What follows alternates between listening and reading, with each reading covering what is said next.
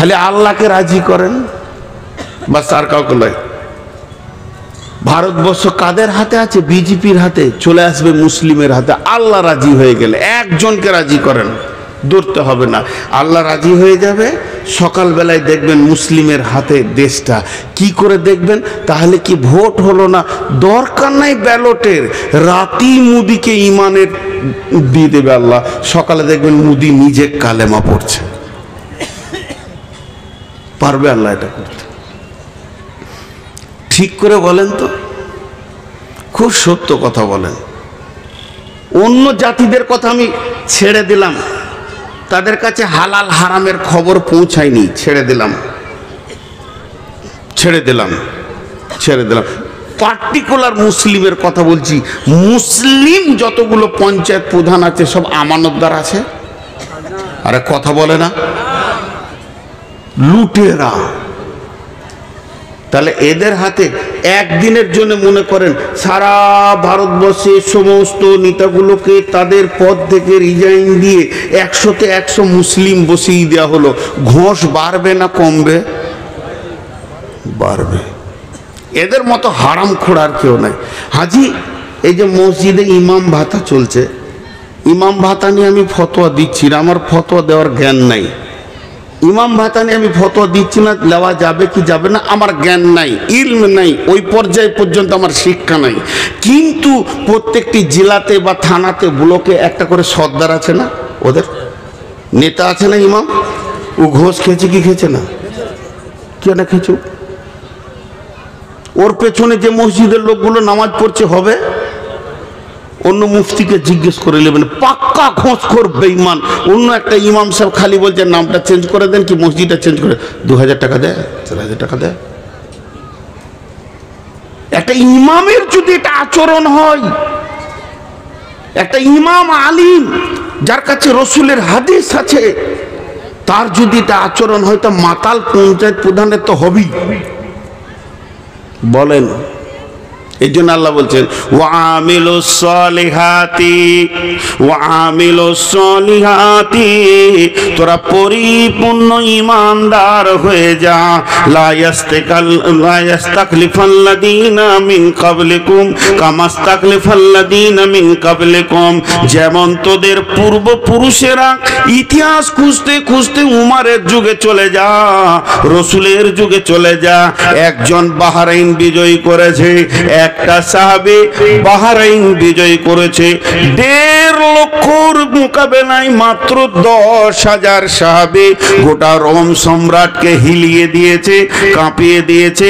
যেদিকেই তারা গেছে জয় জয়াকার, জয় জয়াকার, জয় জয়াকার। যেদিকেই তারা হেঁটেছে জয় জয়াকার। আজকে কেন হচ্ছে না? তোদের ঈমানে ফিউজ লেগেছে।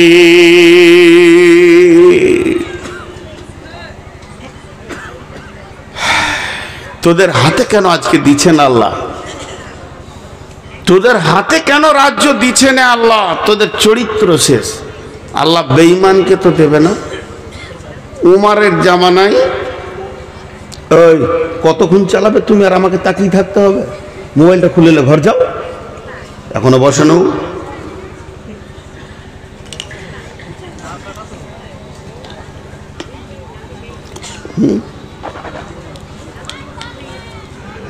কতক্ষণ? আর 15 মিনিট।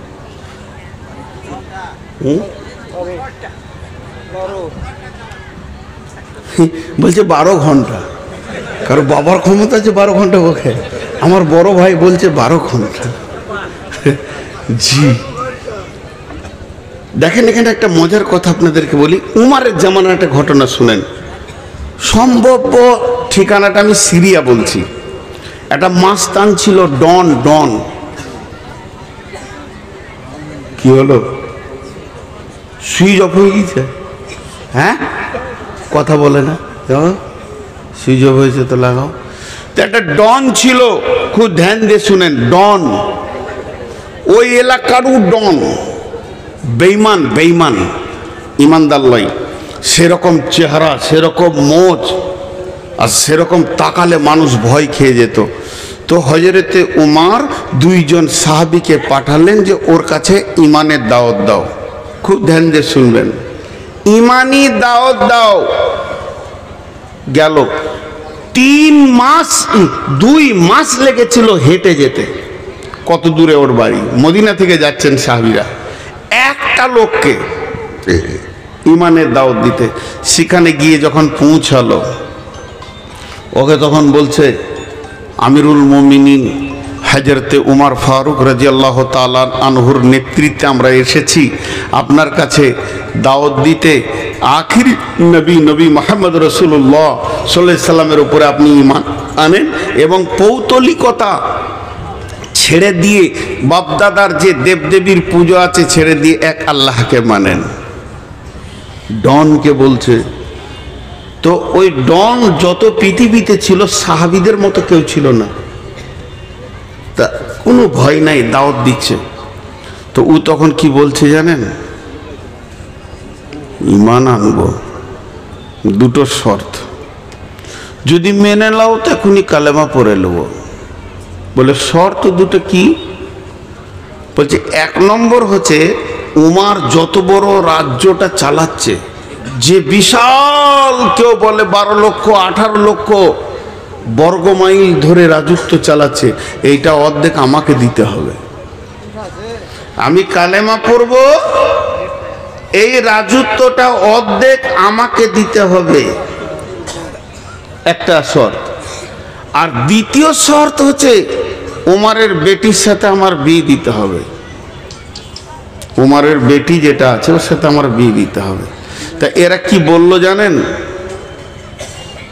আচ্ছা আমার নসিব খারাপ না ভালো? এতগুলো লোক হ্যাঁ নাও বলে না। রাগ করছেন নাকি আমার উপরে? তো এদিকে আমার ধ্যানে যেটা প্রশ্ন দিচ্ছি উত্তর দেন, আমার নসিব ভালো না খারাপ? নসিব আর কে জানবে। আমি বাইরে বসলি, চাওয়ালা ঢুকে ওকে ধরে নিয়ে আসেন, ওর 4 কেটলি সহ। কমিটির লোক যদি ওকে ধরে না নিয়ে আসেন তাহলে আমার বায়না এখান থেকে স্টপ থাকবে, আমি 1 চু লাগাবো না। ওর 4 কেতলি নিয়ে আসেন আগে, ওর 4 কেতলি নিয়ে আসেন। ওই পাশে কে বসে আছেন ভাই, ওর কেতলি আর চাটা নিয়ে আসেন এখানে, আর ওকে ধরে নিয়ে আসেন। ওই তুই এইদিকে আয়, ওই চাওয়ালা, ওই এদিকে আয় তুই।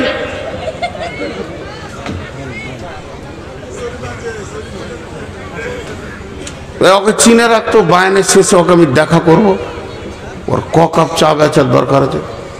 ভাগ এখান থেকে, বহরমপুর যা, লজ্জা সরব নাই। তো কটা শর্ত করলেন? 2টো। একটা অর্ধেক রাজত্ব দিতে হবে, আর একটা হলো ওর বেটির সঙ্গে বিয়ে দিতে হবে। এই দুজন এবার কি বলছে দেখেন। বলছে ভাই তুমি যদি কালেমাটা পড়ে লাও, আশহাদু আল্লা ইলাহা ইল্লাল্লাহ ওয়া আশহাদু আন্না মুহাম্মাদান আবদুহু ওয়া রাসূলুহু, এটা যদি পড়ে লাও তো অর্ধেক রাজত্বটা উমারকে বলে ব্যবস্থা করে দিব। কারণ একটা বিশ্বাস, যে লোকটা কালেমা পড়বে তো সঙ্গে সঙ্গে চেঞ্জ হয়ে যাবে, ও হারাম খাবে না, ঘোষ খাবে না, বেঈমানি করবে না, সব অটল হয়ে যাবে। তো ওকে রাজ্য দিতে কি অসুবিধা আছে? এইটা দায়িত্ব নিলাম। তো বিয়ের ব্যাপারটা তো ধরেন চয়েসের ব্যাপার আছে, তা ওইটা কি হবে কি জানি, ওইটা কি হবে কি জানি। তো তুমি থাকো, উমারকে জিজ্ঞেস করে আসি।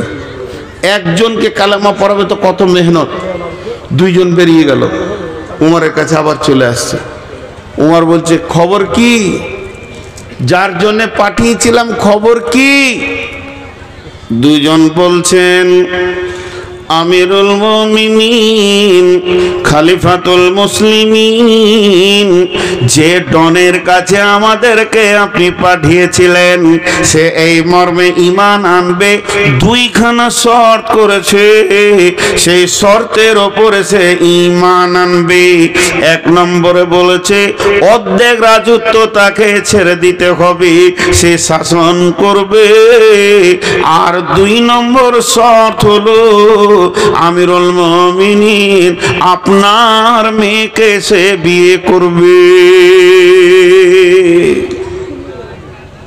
উমার বলছে তুমি কি বললে? তোমরা তোমরা কিছু বলেছ? বলে বলেছি। কি বলেছ? অর্ধেক রাজত্বটা কোনো রকম বুঝিয়ে পারিয়ে, অসুবিধা হবে না, তবে বিয়েটা চয়েসের ব্যাপার আছে। হযরত ওমর বলছে আমার দিলের কথা শোনো। অর্ধেক কেন, যখনই কোনো মানুষ পাক্কা ইমানদারি প্ল্যাটফর্মে এসে যাবে তাকে সমস্ত রাজত্বটা আমি উমার ছেড়ে দেবো, কোনো ডিস্টার্ব নাই। সে তো চালাবে আল্লাহ এবং রসুলের তরিকায়। এক নম্বর গেল। বিয়ে শাদীর ব্যাপারে কেন শুনলাম?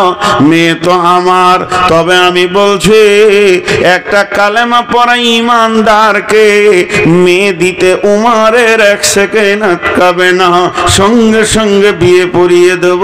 যাও তোমরা তাকে কালেমা পড়তে বলো। তাহলে ইমানদারের প্রতি ভরসা কত? তাহলে বলেন একটা ইমানদারের প্রতি ভরসা কত? আর যে রায় ইমামের শুধু একটুকু লিডারই পেয়েছে, এতেই যদি ঘোষ খায়, ওই ইমামগুলোকে যদি একবার মোটামুটি মুখ্যমন্ত্রী বা এমএলএ এমপি করে দেওয়া হয়, কি করবে বলেন তো? কি করবে বলেন?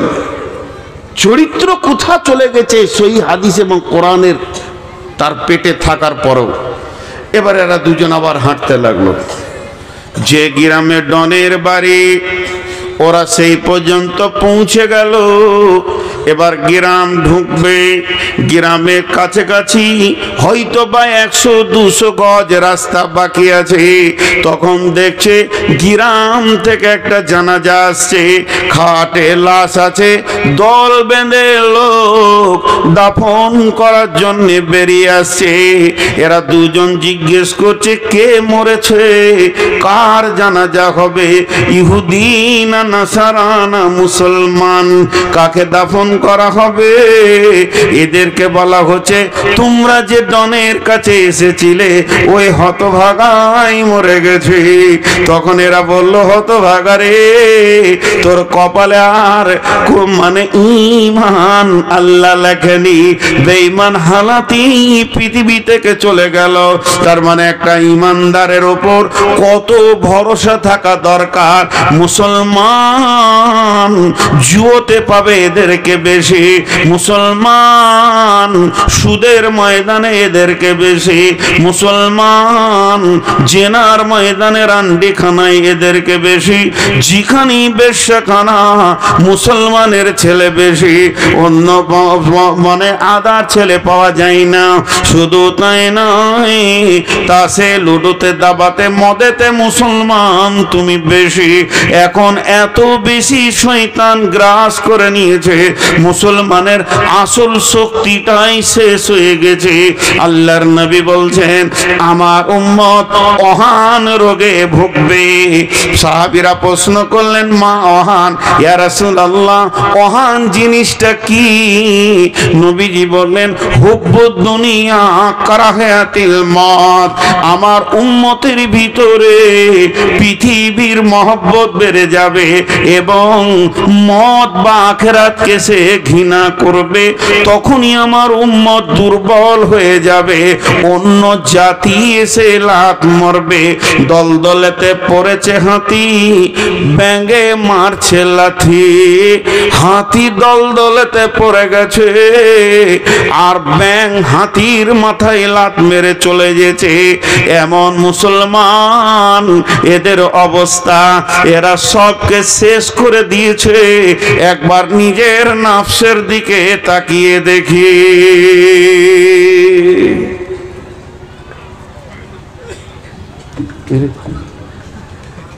কি ঘটবে শেষখানে স্টেজে, আমি তাই চিন্তা করছি।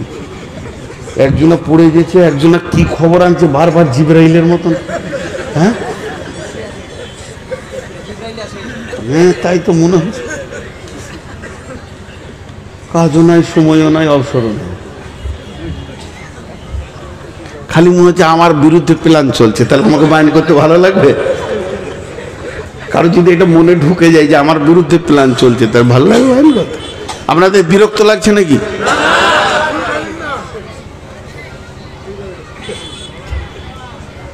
ওই লোকগুলো দাঁড়িয়ে দাঁড়িয়ে শুনছে, আমাকে কষ্ট লাগছে। কেন কষ্ট? মহব্বতের জন্য বলছি, পায়ের নিচে বসার কিছু নাই। তো এ হয়ে গেছে আমাদের আজকের সব থেকে বড় ক্ষতি। ইসলামকে কি বলেছেন রাসূলুল্লাহ সাল্লাল্লাহু আলাইহি ওয়াসাল্লাম? প্রাসাদ। সহিহ বুখারীর হাদিস। ইসলাম হলো একটা প্রাসাদ। সেই প্রাসাদে যতগুলো ইট লেগেছে, প্রথম ইটটাকে হযরত আদম আলাইহিস সালাম, আর শেষ ইটকে নবী মুহাম্মদ রাসূলুল্লাহ সাল্লাল্লাহু আলাইহি ওয়াসাল্লাম। তার মানে কম বেশি 1.5 লাখ ইট লেগেছে ওই প্রাসাদটা তৈরি করতে। কত ইট লেগেছে? কম বেশি, অ্যাকুরেটই বলছি না, কম বেশি 1.5 লক্ষ। প্রাসাদ মানে কি? প্রাসাদ মানে সুন্দর সাজানো ঘর। বুঝতে পেরেছেন?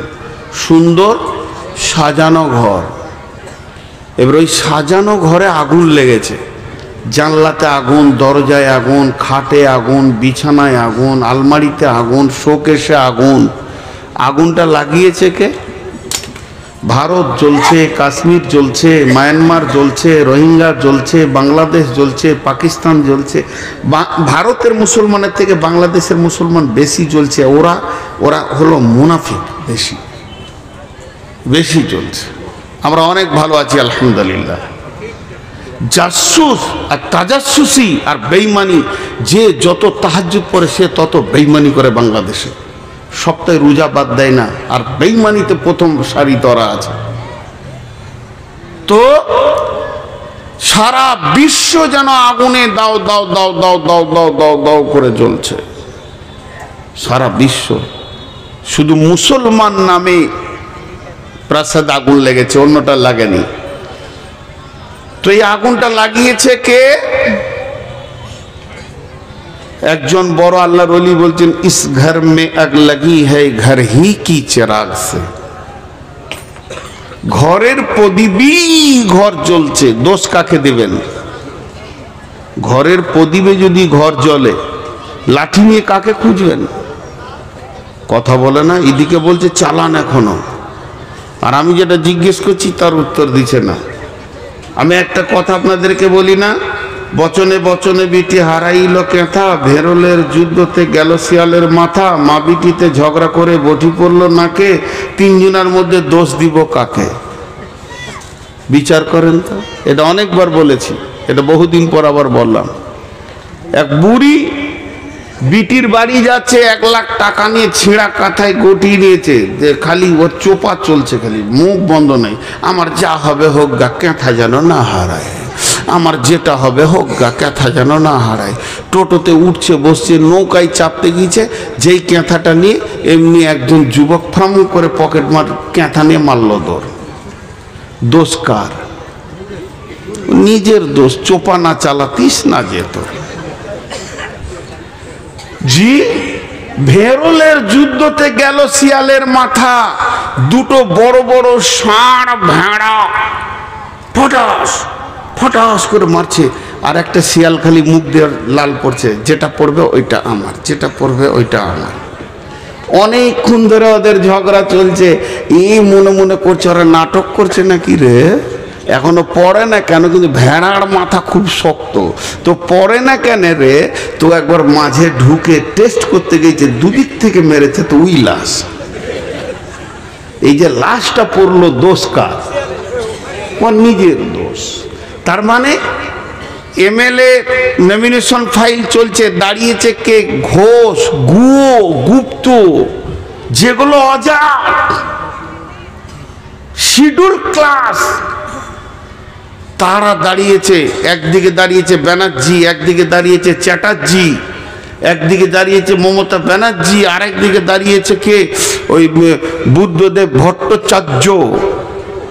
মধ্যখান থেকে মরছে এই ভেড়া কটা, এই চালাক মুসলমান কটাই।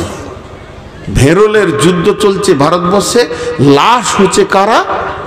মুসলিমরা। ওকে খালি বলেছে 3 কেজি পঞ্চায়েতে গম দেবো তোকে, অতি রং মেখে জিনো ও জিনো ও তৃণমূল কংগ্রেস জিনো ও লড়াই লড়াই লড়াই চাই, লড়াই করে বাঁচতে চাই। তুই তো মরবি বে সকালে। ভোট পাবে ওরা, হয় জিতবে ব্যানার্জি, না হয় জিতবে চ্যাটার্জি, না হয় জিতবে দাস, না হয় জিতবে গুপ্ত। আর মরবি তুই সুপ্ত, কুকুরে টানাটানি করবে তোর লাশ নিয়ে। আর যখন ওই লাশটাকে নিয়ে কলকাতা নিয়ে যেছে, মর্গে নিয়ে যেছে, যে বড় বড় পার্টির নেতারা আসছে, তোমার ফ্যামিলির লোক মনে করছে যেন জান্নাতুল ফেরদাউস গেল। এত বড় বড় নেতা যখন আমার ঘরে এসেছে, তা লাশটা মনে হয় জান্নাতুল ফেরদাউস গেল। ওদিকে জাহান্নামের ফেরেশতা খালি মোচ পাকাইছে, আয় শালা দেখছি তোকে কোন জায়গায় দিতে হয় সাইজ করে দেবো। ওখানে আর কেউ যাবে না, ব্যানার্জি চ্যাটার্জি যাবে না, মরছে এরা। আর 3 নম্বর, মা বিটিতে ঝগড়া করে বটি পড়লো নাকে। একটা ঘরে মা বিটি ঝগড়া চলছে, আর পাশের বাড়ি বউ দেখতে এসছে, মা রাগ করে বটি ছুড়ে দিয়েছে বেটির দিকে, তো ওরই নাকটা কাটা গেছে। দোষ কার? আল্লাহ তাবারাক ওয়া তাআলা বলছেন, কুল ইন কানা আবাউকুম ওয়া আবনাউকুম ওয়া ইখওয়ানুকুম ওয়া আজওয়াজুকুম ওয়া আশীরাতুকুম ওয়া আমওয়ালুন ইকতারাফতুমুহা ওয়া তিজারাতুন তাখশাউনা কাসাদাহা ওয়া মাসাকিনু তারদাউনাহা আহাব্বা ইলাইকুম মিনাল্লাহি ওয়া রাসূলিহি ওয়া জিহাদিন ফি সাবিলিহি ফাতারাব্বাসু হাত্তা ইয়াতিয়াল্লাহু বিআমরিহি। অপেক্ষা কর, আল্লাহ রেগে গেছেন। আল্লাহ যেদিন তোদেরকে কেড়ে নেবে। আপনি ইমামের চোখে মুসলমান, মসজিদের চোখে মুসলমান, হাজির চোখে মুসলমান, গাজীর চোখে মুসলমান, কিন্তু আমার রবের চোখে আপনি ফাসিক। আল্লাহ বলছেন, ওয়াল্লাহু লা ইয়াহদিল কওমাল ফাসিকিন। আল্লাহ ফাসিক বেঈমানদেরকে কোনোদিন হেদায়েতের পথ দেবেন না। এটা ছোট্ট সত্য কথা জিজ্ঞেস করব, যদি সত্য সত্য আপনি উত্তর দিতে পারেন তাহলে আলহামদুলিল্লাহ পড়ব। একটা হিন্দু ছেলে আপনার এলাকায় চলাফেরা মুসলমানদের মতো, গোসল করে, পেচ্ছাপ করে পানি নেয়, ও মূর্তি ফুর্তি মানে না, ওগুলোর প্রতি ওর ধ্যান ধারণা নাই, ও পুজোকে গুরুত্ব দেয় না, ওইদিকে যায় না। মাঝে মাঝে আপনার সঙ্গে চা খায়, ফুটবল ময়দানে খেলতে যায়, আর মাঝে মাঝে বলে তো দিদি ওইটা ভালো রে, আজান হচ্ছে কত, একসঙ্গে নামাজ পড়ছিস। এখন ওকে আপনি মনে মনে পার্সেন্টেজ করছেন, উফ 80% চলে এসছে এদিকে, আর একটু হলেই মুসলিম হয়ে যাবে। এই আকাঙ্ক্ষাটা আপনার হবে কি হবে না? 4 জন বলেছেন, সবারই কাছে একবার শুনতে চাইছি, যদি কোনো হিন্দু ছেলে আমাদের ধর্মকে ভালোবাসে, আমাদের চালচলনকে ভালোবাসে, তো আপনার দিল কৌতূহল হবে কি হবে না যে মুসলমান হয়ে যাক? হবে। সত্য কথা বলেছেন, আলহামদুলিল্লাহ। তাহলে একটা হিন্দুর চালচলন মুসলিম দেখলে যদি আপনার এটা মনে হয় আমাদের চালচলন তো হিন্দুদের 16 আনা হয়ে গিয়েছে, তাহলে ওদের মনটা বলবে না যে 2-4 চাবুক লাগাইলে এবার ঢুকে যাবে সব? ওদের বলাটা কি অন্যায় আছে বলেন? আমাদের বিয়ে শাদী হিন্দুর মতো, পোশাক হলো বেঈমানের মতো, চুলের কাটিং এ রসুল নাই, খাওয়াতে রসুল নাই, আর টাকনোর নিচে কাপড় শিখানেও রসুল নাই, কথাবার্তা লেনদেন দাদা বৌদি কাকি কাকিমা জেঠু ফুপা ফুপি বেরোচ্ছে না, এখন পিসি মাসি বলতে শুরু করে দিয়েছে। মুসলমান তুমি 95% চলে গেছো, মসজিদও ঢুকো না, অত গুরুত্ব দাও না। একটা ব্যানার্জি ছেলে জানে আমার বন্ধুর নাম কবিরুল ইসলাম, সেই ইসলামের বড় কবিরুল ইসলাম, বড় ইসলাম ওয়ালা তার নাম। তাকে জিজ্ঞেস করছে, কবিরুল আজকে জুমার দিন তুই কি করবি? চল না রে ফারাক্কা থেকে ঘুরে আসি, জুমা পরে হবে, অন্যদিন পরে নিলেও হবে। তখন ওই গুপ্তের ছেলেটা আইডিয়া করছে, ই জুমার মুখেও মুতে দেয়, পেশাব করে দেয়। ই পেচ্ছাপ করে আমিও পানি নিলাম না, উইও নিল না, এবং আমার টাকনুর নিচে কাপড়, ওরও কাপড়। ও 80% আসলে আপনার আমার দিল যদি মনে করে ঢুকে যাক, আমরা 95 কেন 99% হিন্দুত্বকে গ্রহণ করে নিয়েছে, ইহুদি নাসারাকে গ্রহণ করে নিয়েছে। তবে কেন তারা মেহনত করবে না যে আর 2 চাবুক লাগাইলেই ঢুকে যাবে? এই জন্য তারাও উঠে পেরে লেগেছে। মুসলমান, তুমি তোমার সত্তাকে হারিয়ে দিয়েছো। এর জন্য তুমি কোন ক্লাসের বোঝা যাচ্ছে না। একটা ট্রেনের বগি এই রোডের ওপরে পড়ে আছে, ট্রেনের কামরাটা বগিটা ট্রেনের, চাকাগুলো টায়ার ট্রাকের না ট্রাক্টরের, আবার হেলিকপ্টারের পাখা, প্লেনের ডানা। বলেন গাড়িটার নাম কি? এ গাড়িটার কোনো নাম কেউ খুঁজে পাবেন না। বগিটা ট্রেনের মতো, চাকাগুলো ট্রাক্টরের, হেলিকপ্টারের পাখা, প্লেনের ডানা লাগানো থাকলে ও গাড়িটার নামই খুঁজে পাওয়া যাবে না। তো মুসলমানের নামগুলি মুসলমান, চাল চলন হিন্দুর মতো, কথাবার্তা বৌদ্ধর মতো, এবং এদের বিয়ে শাদী ইহুদির মতো, মাথার চুল ইহুদির মতো। এই জাতটার নাম কি কেউ খুঁজে পাবে না। সবাই চাইবে চাবুক লাগা আমাদের দিকে ঢুকিয়ে নি। এই সাহসটা বিশ্ব নবীর সাহাবীর কাছে কেউ করতে পারেনি। অভাব, আব্দুর রহমান ইবনে আউফের অভাব, এ আউফ নয়, আব্দুর রহমান সাহাবীটার নাম। অভাব, ঘরে 2-1 দিন খাবার নাই, অভাব চলছে। ধার করতে গেছে, ঋণ করতে গেছে উমাইয়ার কাছে।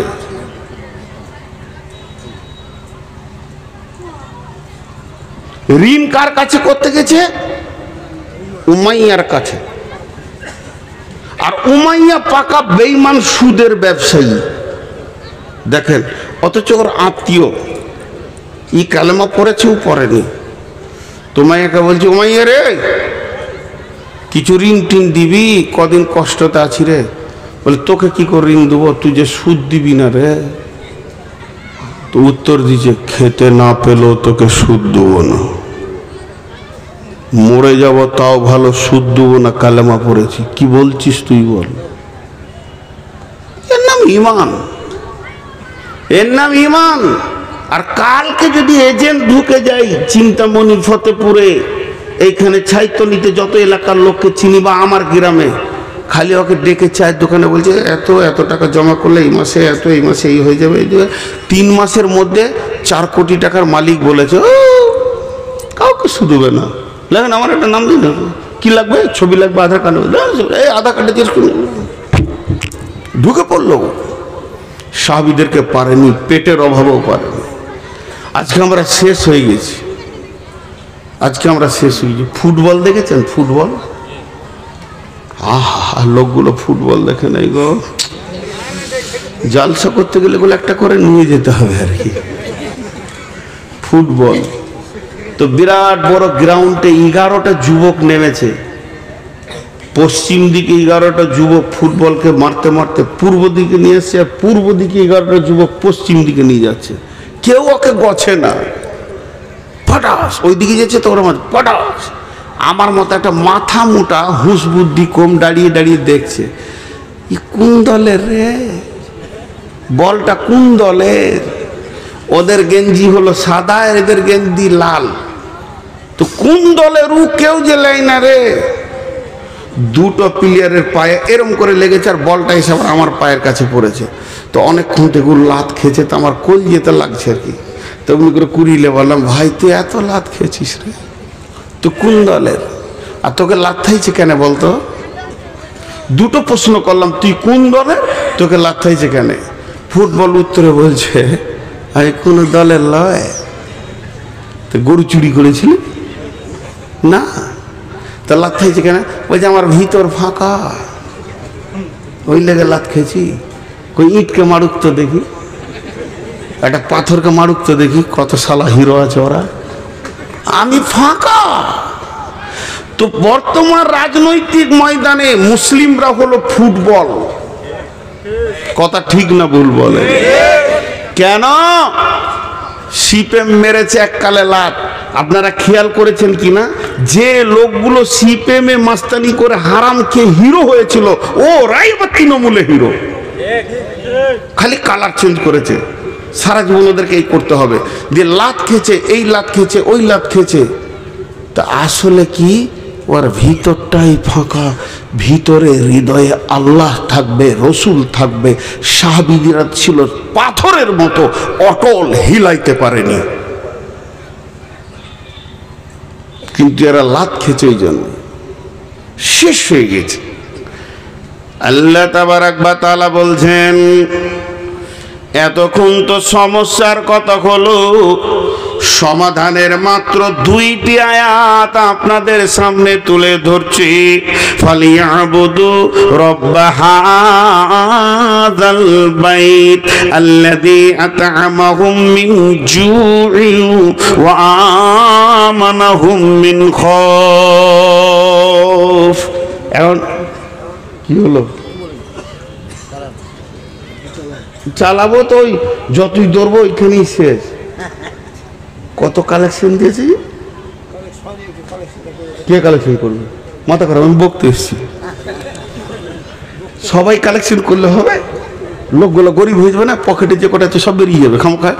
কেউ দিয়েন না টাকাছি খামখায়। ছোট 2টি সমাধানের আয়াত আপনাদের সামনে তুলে ধরেছি। এই আয়াত 2টি শুনে বাড়ি চলে যাবেন না। আমার পরে বক্তা আছে, জেন না। কে আছে আমার পরে? আব্দুল জব্বার সাহেব, মাশাআল্লাহ, ভালো বক্তা। বিসমিল্লাহির রহমানির রহিম। ফালইয়াবুদু রাব্ব হাযাল বাইত। আপনারা চালাক দেখেছেন? সবাই তাকান আমার দিকে। চালাক দেখেছেন? তাড়াতাড়ি বলেন। না দেখেন না, ওই যে উঠে পালাচ্ছে বলে চালাক। তাকান তাকান, তাড়াতাড়ি দেখবেন তো। দেখেন, রসুল বলেছিলেন জান্নাতি দেখেছো, তা আমি তো রসুল লই, ওটা বলতে পারবো না, কিন্তু চালাক বলবো। কিন্তু চালাক আসলে লাই। চালাকের 3 জায়গায় পায়খানা, তো ওদের